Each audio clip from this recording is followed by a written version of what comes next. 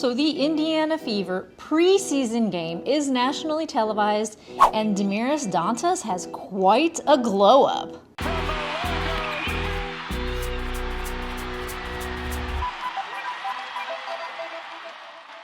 Okay, so in this video, I want to go over two things. First of all, the Indiana Fever are playing Brazil in their preseason game. Never before has there been a preseason game nationally televised, but are you guys surprised? Because I sure am not. Dare I say it, the Caitlin Clark effect? Call me a glazer, but it's just the facts. So, as stated here, the Caitlin Clark effect has reached preseason.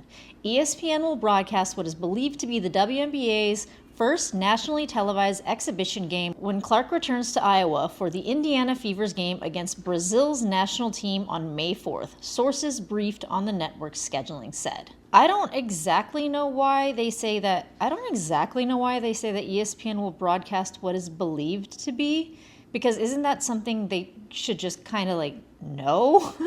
I mean, anyway, I'm just passing on the news. And this is a hyped up game because Caitlin Clark is returning to the Iowa Carver Arena, which goes bananas for their team and especially for Caitlin Clark.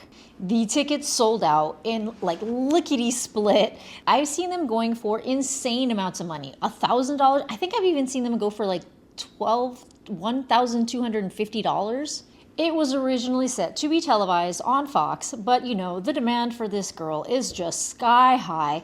She is the needle, she has the motion, and there is a supply-demand issue, and her demand is very high. But speaking of playing the Brazilian national team, Damiras Dantas will be back from her stint playing overseas, and she looks good. Last year, the Indiana Fever picked Damiras Dantas up mid-season, and they had her come in off the bench, and she was pretty stellar in her three-point perimeter shot. The thing that she lacked for the team was her quickness, and she was not able to run up the floor fast. A lot of people talked about it. I think that with the competition to stay on the most coveted team in the WNBA right now, well, they're arguably the most coveted team, but I mean, if you go by the numbers, they are the most coveted team to be on and have a roster spot on. Anyway, Damiras Dantas went overseas, has been playing. She has been putting up some pretty good numbers, and I think she took those comments to heart because she has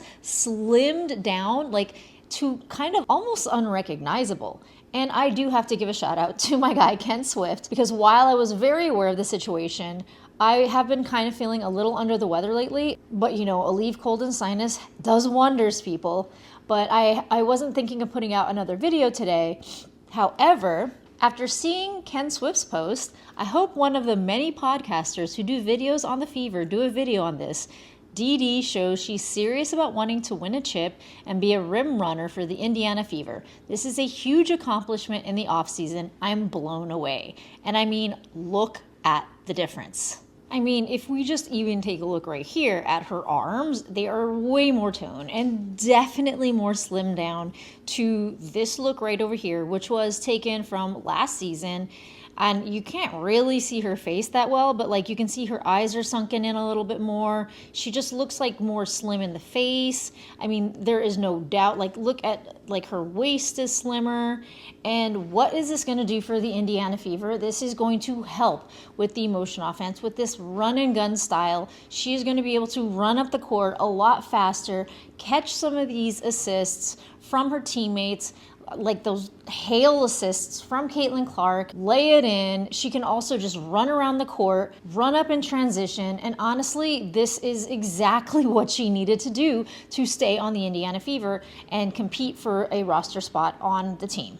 Just with everyone else they brought in, there is definitely going to be a more competition for minutes on the court, though I don't see a lot of people, I see Damiras Dantas coming in for AB sometimes when I don't necessarily see a lot of people being able to do that. I think Natasha Howard could fill in for that 5 spot. Sometimes Dewana Bonner could fill in. But honestly, her ability to just be faster on the court is just going to up her potential for making more minutes. Because you know what? The Fever are not playing around this year. There was a huge shakeup in the roster. They let go of fan favorite Temi, who, by the way, went to the Golden State Valkyries. We wish her well. They did didn't bring back Erica Wheeler. They cut Grace Berger. They cut Christy Wallace. I mean, even the coaches aren't safe. Christy Sides had to go. So, you know, a roster spot on this team is never really guaranteed.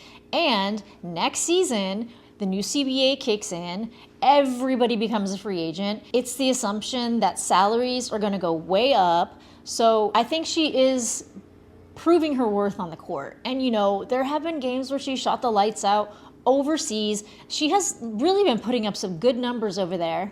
And, you know, she's proven that in the last season, she can come in for some really important minutes where she would very often score bucket after bucket, very often beyond the perimeter, those 3-point shots. She's going to be able to do better pick and rolls, better pick and pops. And with the gravity that Caitlin Clark has, being double and triple teamed, which we don't exactly know how that's going to look next season since she has so many other like snipers around her, but she will be open. She will be able to run like maybe like back door where she will be able to get a pass and just lay it in.